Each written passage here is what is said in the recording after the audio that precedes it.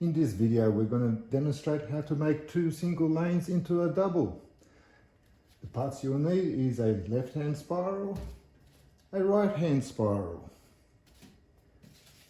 two gears, a bush for pin, and a bush.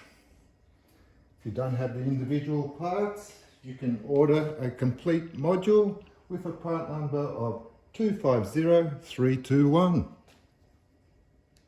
Our first step is to remove any product elevators you have.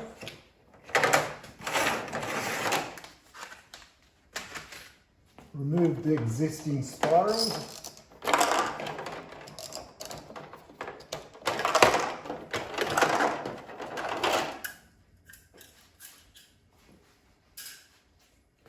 Remove the lane divider.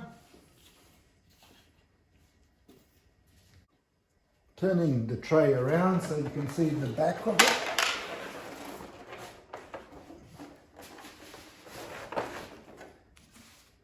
Using a set of pliers, squeeze the pin and remove it. Same for the right hand side.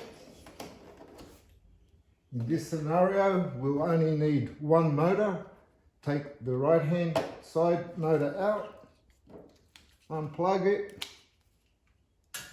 and tuck the wire away neatly. Now we'll be assembling the left hand spiral. Your existing pin, your gear goes on top, making sure that the inner teeth are facing outwards. Get your left hand spiral, attach it on.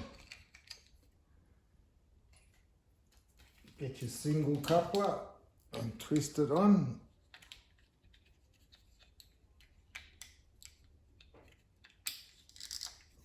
Now at the back we'll have our bush for pin and our bush. Clip them together and that's a completed left hand spiral. Putting it into the left hand side of the tray, and then you'll see that there's two clips here that you slide across into a locking position, and then your left hand side is done.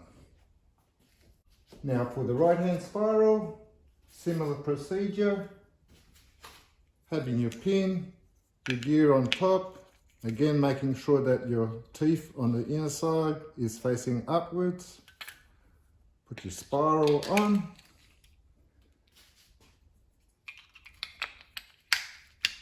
Connect it all up, and then in this scenario you just plug it straight into the motor, clip it in, all done.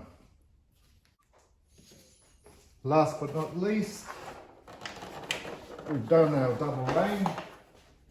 Depending on the product you have, pull and twist to adjust and accommodate the actual product you have.